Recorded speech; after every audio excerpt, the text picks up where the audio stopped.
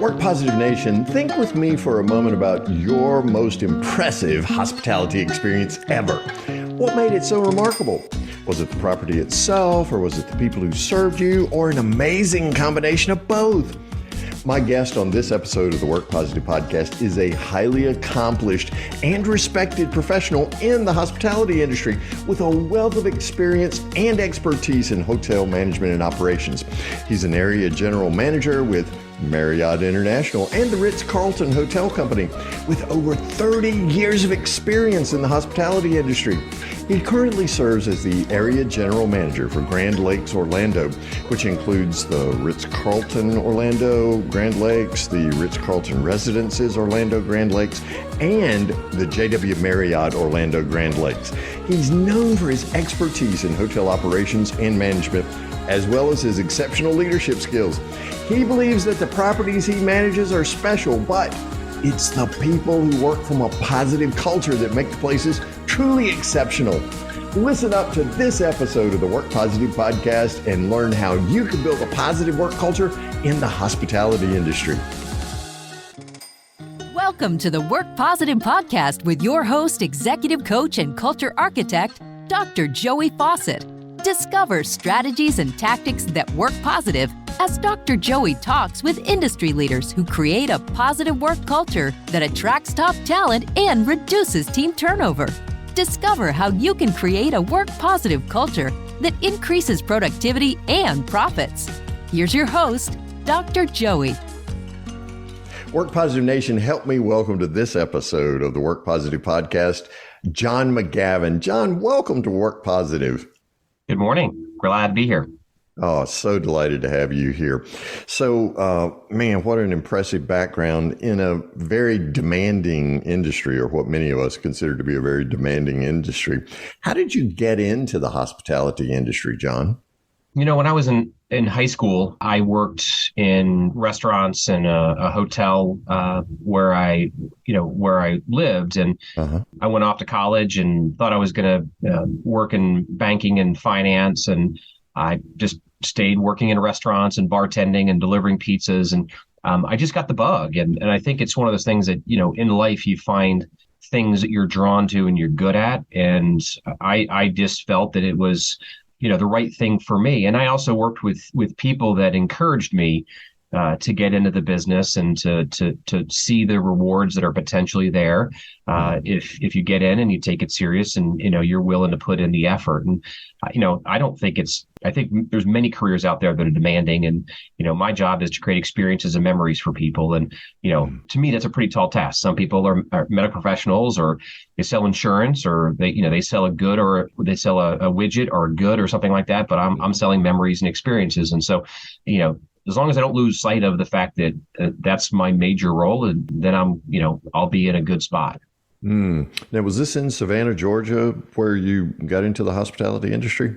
That's where I went my sophomore year in high school through my senior year, and I worked for a small seafood restaurant called Williams Seafood, and kind of got the bug there, and, you know, making $2 an hour, and they'd send us home with fried flounder and shrimp and clams, and I just thought it was the greatest thing in the world. You know, going home with a brown bag of fried fish. It was great. Wow. Well, and Savannah is such a hospitality-driven city anyway. Our older daughter and son-in-law live there, and every time we go, it's like one big party in Savannah. You walk into really to really restaurants. Has transformed. Yeah, really has transformed. It's amazing there. So what is it about creating memories and positive experiences for people that really feeds you and makes work so meaningful for you, John?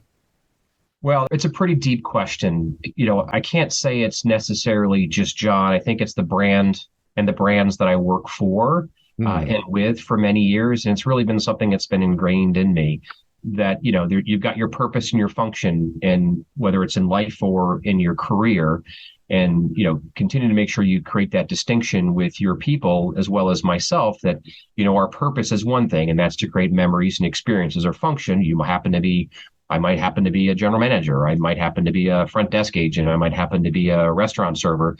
All of those have purpose, and the functionality is just one piece of it. And I think in society nowadays that we tend to spend more time on the function of our role than we do on our purpose. And we're dealing with human beings, right? Human beings, they have different needs and wants and, different experience and different moods. And, we're all flawed individuals. And, Yes. My role is to help lift people up and help my team realize the importance of what they do. We're interacting with people on vacations and their special time with family, or they're here for a very important meeting, whatever it is, finding out what the need is of that customer. And it's not, people don't walk around with signs and say, it's my birthday, it's my anniversary, I'm in a bad mood. As human beings, we need to figure that out. And that takes time and watching and paying attention to people and anticipating their needs. It's not an easy task, but you can certainly learn it.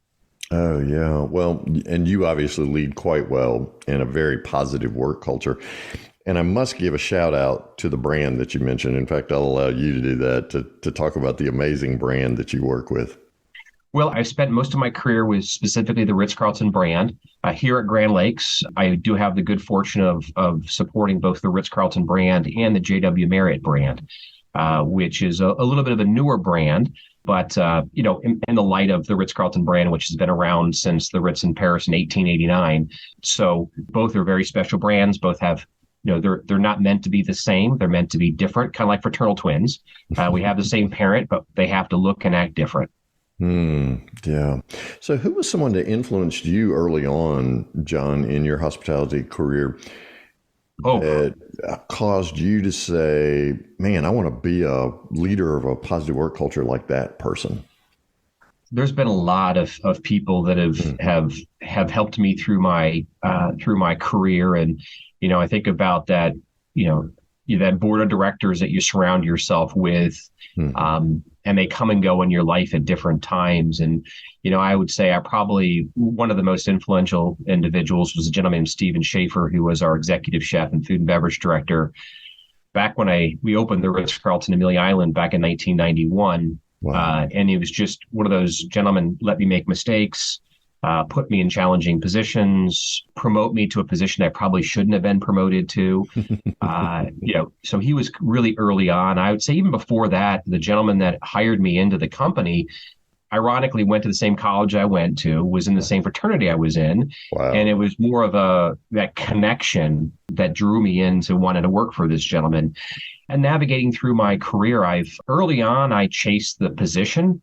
And, once I got a little smarter, I realized it was more important to be with the right people, the people that are going to help me, challenge me in ways, push me in different ways, but also prepare me for the next position. And that it took me, I'd say probably 2 roles in my career where I realized, the position is not as important as working for the right people.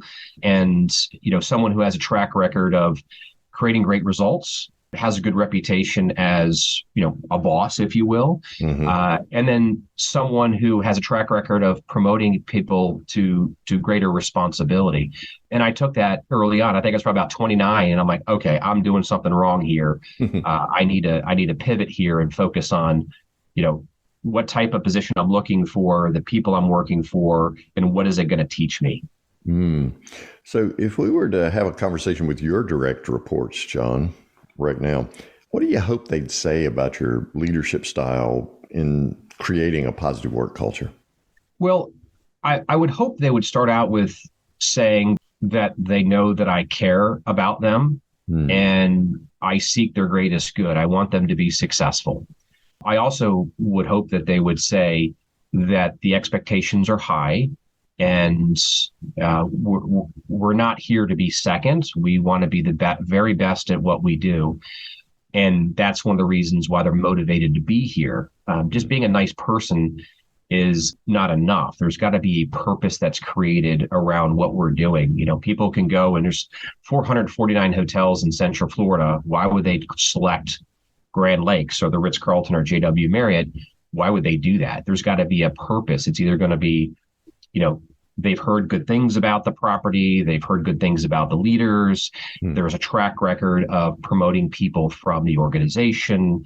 It's going to help my resume, whatever it is. There's got to be something that we have created here that attracts people. But I'd hope it would start out with that they know John cares.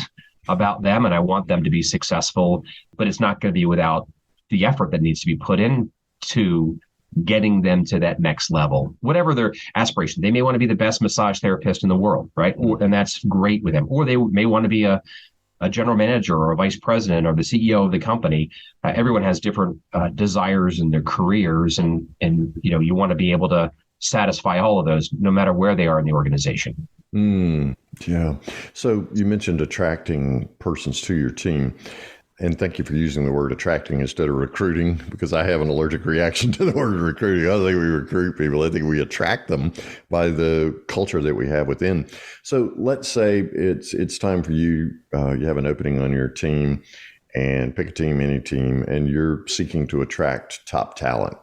What are some of the things that go into the way that you seek to attract that top talent, John?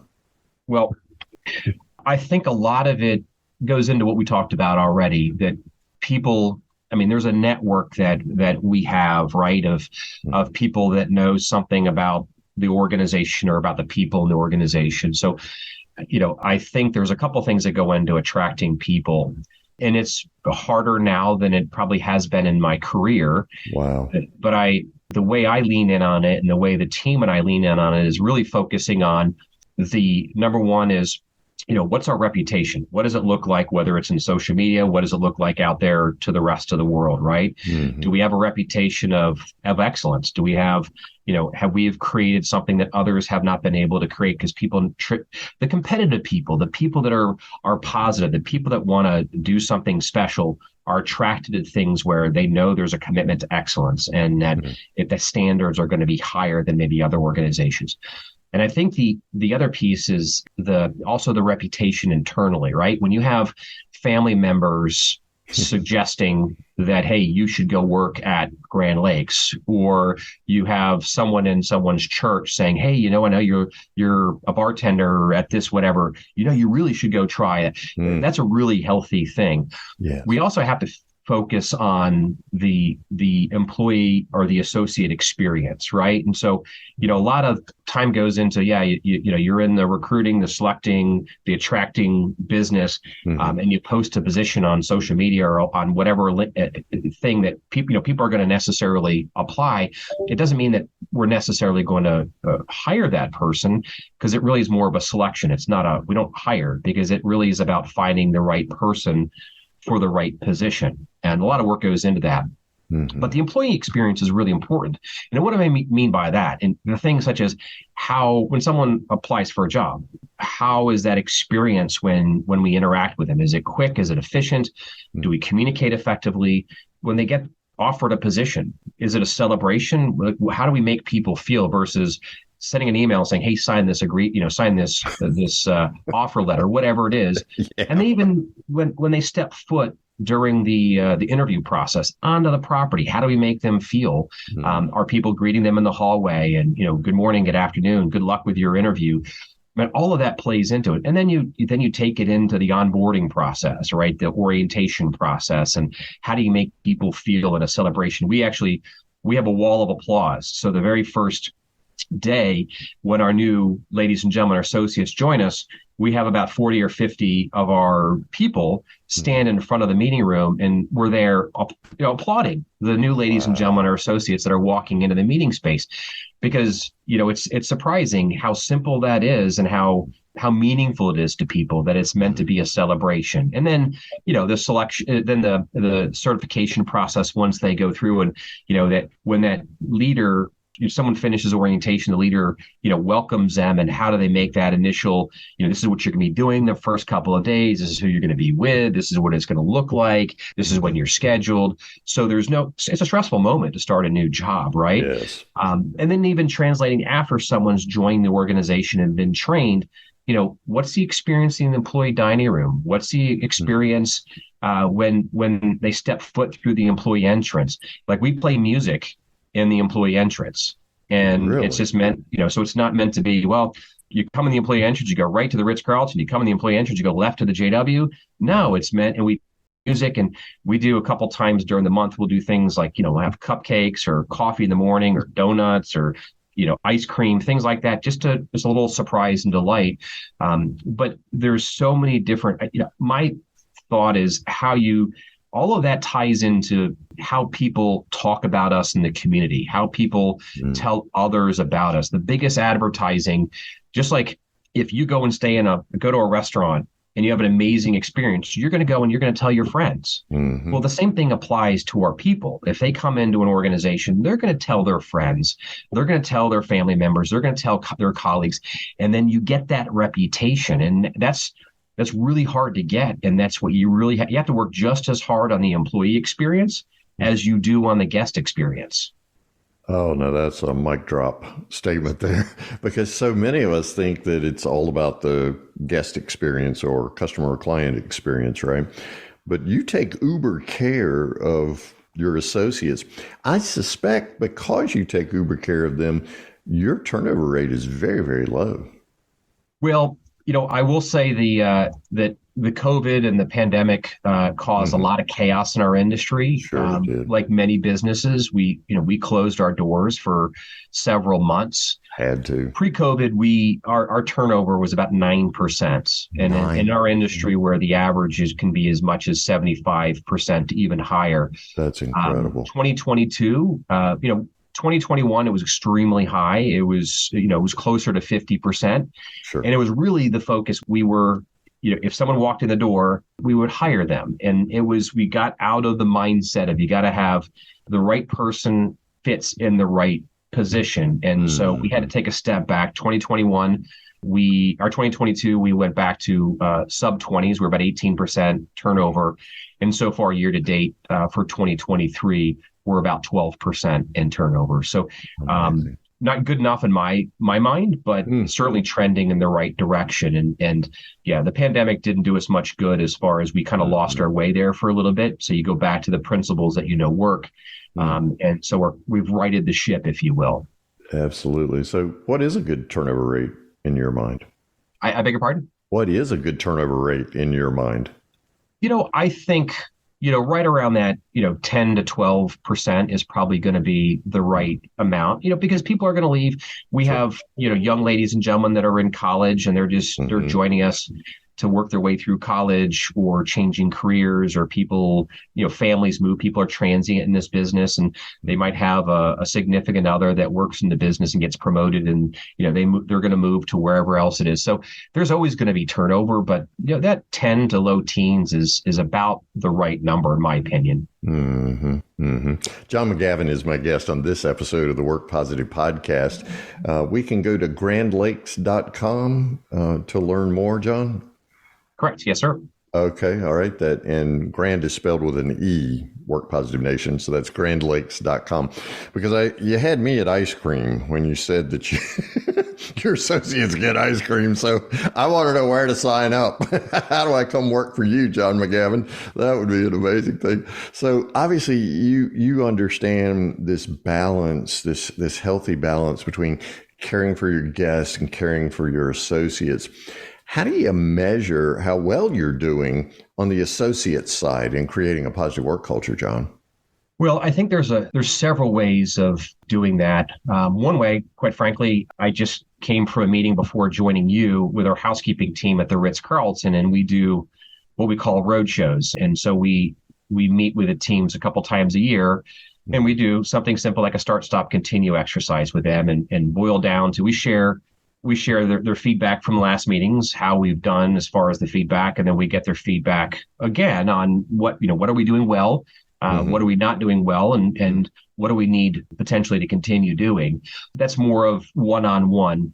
Mm-hmm. But I think importantly, when you look at metrics, things such as our guest engagement scores. So we use Medallia, and Medallia we'll ask our guest a series of questions, and they scale it 1 to 10, and we only measure full engagement based on someone who says a 9 or a 10. Anything below that is they're not engaged. They're not going to recommend us. They're not going to come back. Okay. And when your scores are typically low, it typically is an indicator that you probably have some challenges or issues in the workspace, right?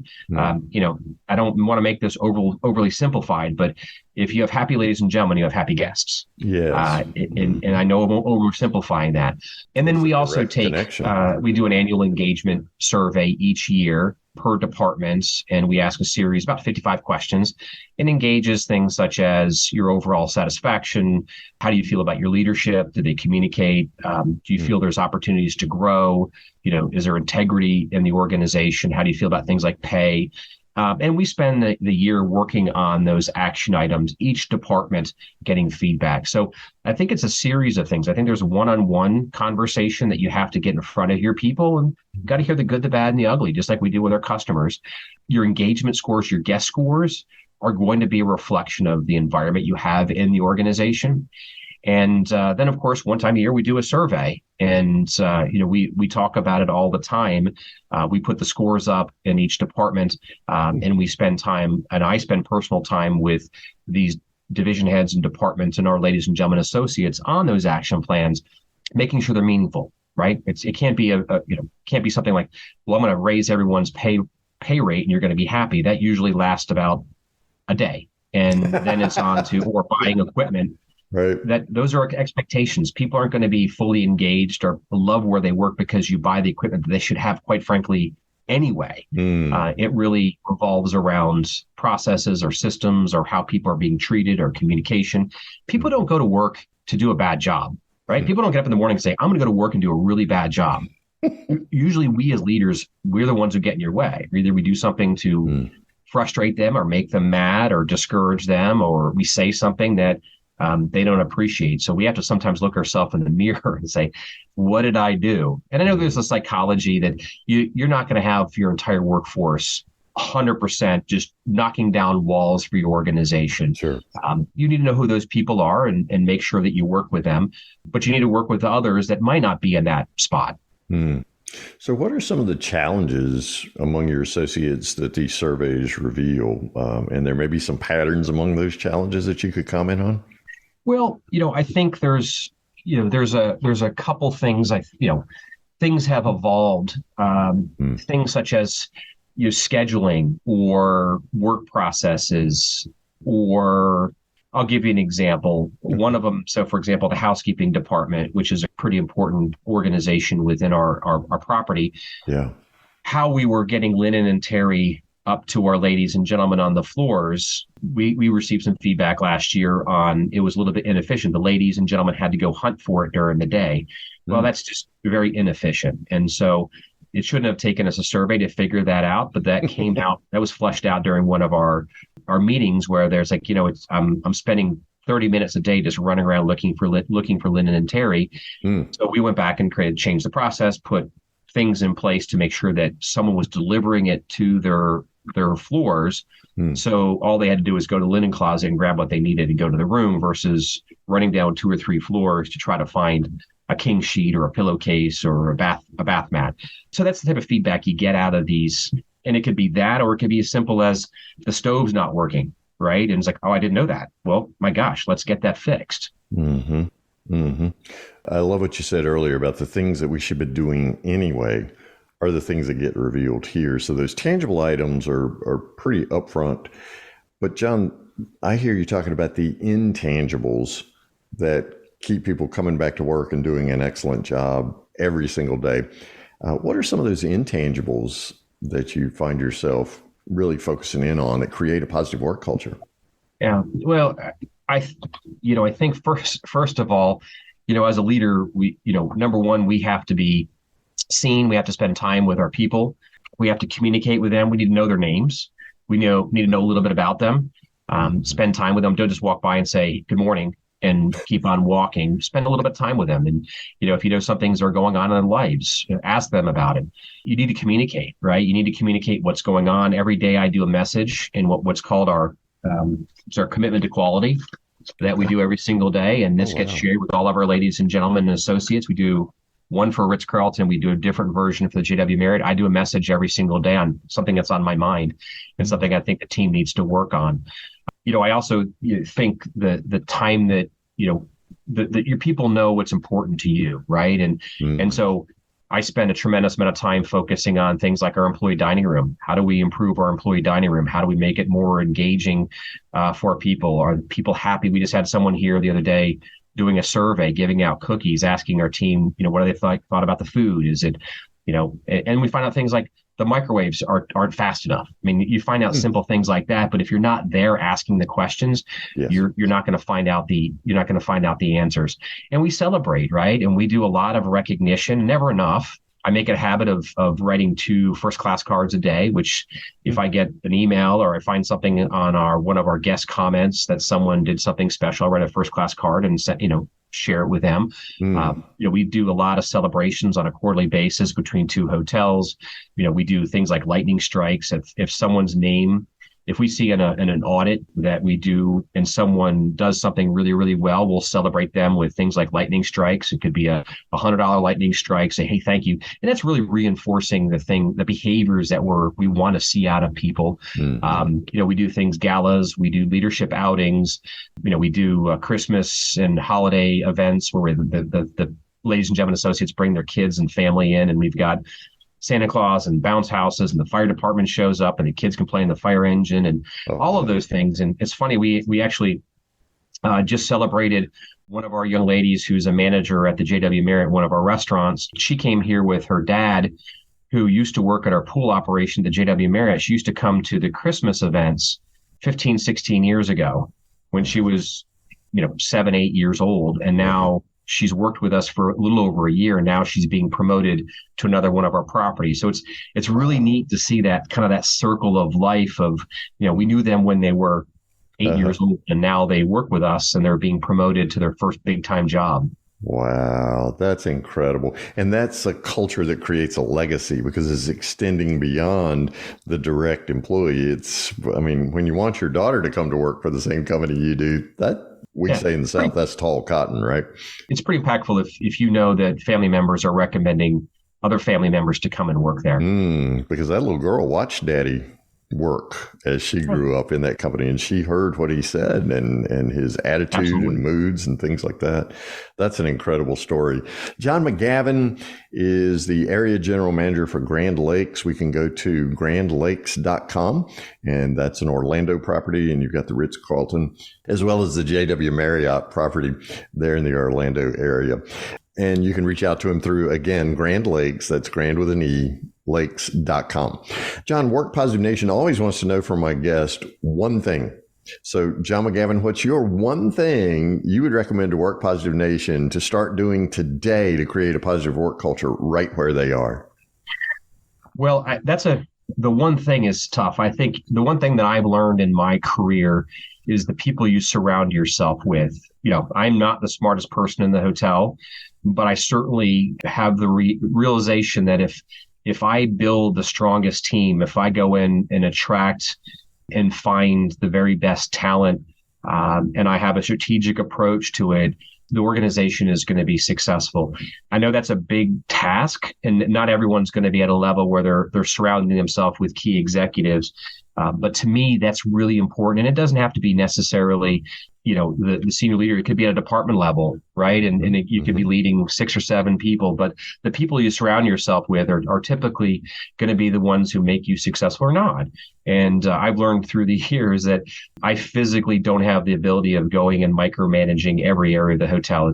We have 252 different job functions here at Grand Lakes. We have 49 different departments. We have 275 managers and close to 1,700 people that work here. I can't be everywhere all at once, but I sure can make sure that I surround myself with the best people that are going to be here to lead those individuals. And that takes a lot of time and effort. And your network has to be strong, and you have to also have a strategy on who are you going to go after, right? And I'll give you an example. We had a director of training position, and we had kind of gone through the routes of, we were going to promote someone from within that was a good, effective department head.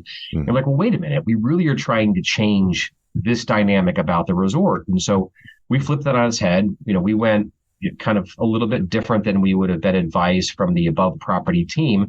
And we went out and created a position that is called Director of Service Excellence. We went and found someone who was a consultant outside of the hospitality industry, but knows a lot about luxury service and luxury business. Mm-hmm. And this lady is unbelievable. Hmm. But we kind of had to question how business got done in the past and say, what we've done in the past is just not working the way we need it to work. And how people are learning, how people are thinking, and how people are performing is changing and evolving. And so we address that by being very creative and going after a certain type of person that we knew would be successful for a position. And she's fantastic.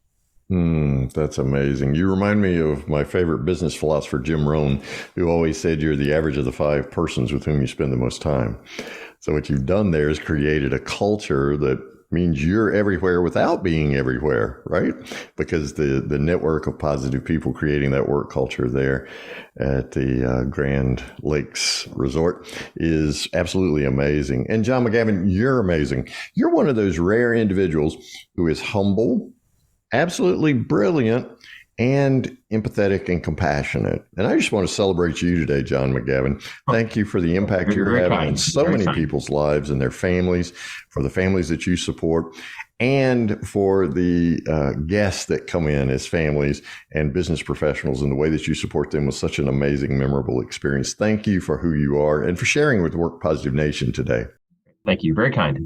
Thank you for listening to this episode of the Work Positive Podcast. Please share this podcast with your friends who are HR and small business leaders so they can do one thing today to create a positive work culture that increases productivity and profits. I'd like to give you a free Work Positive course just for listening.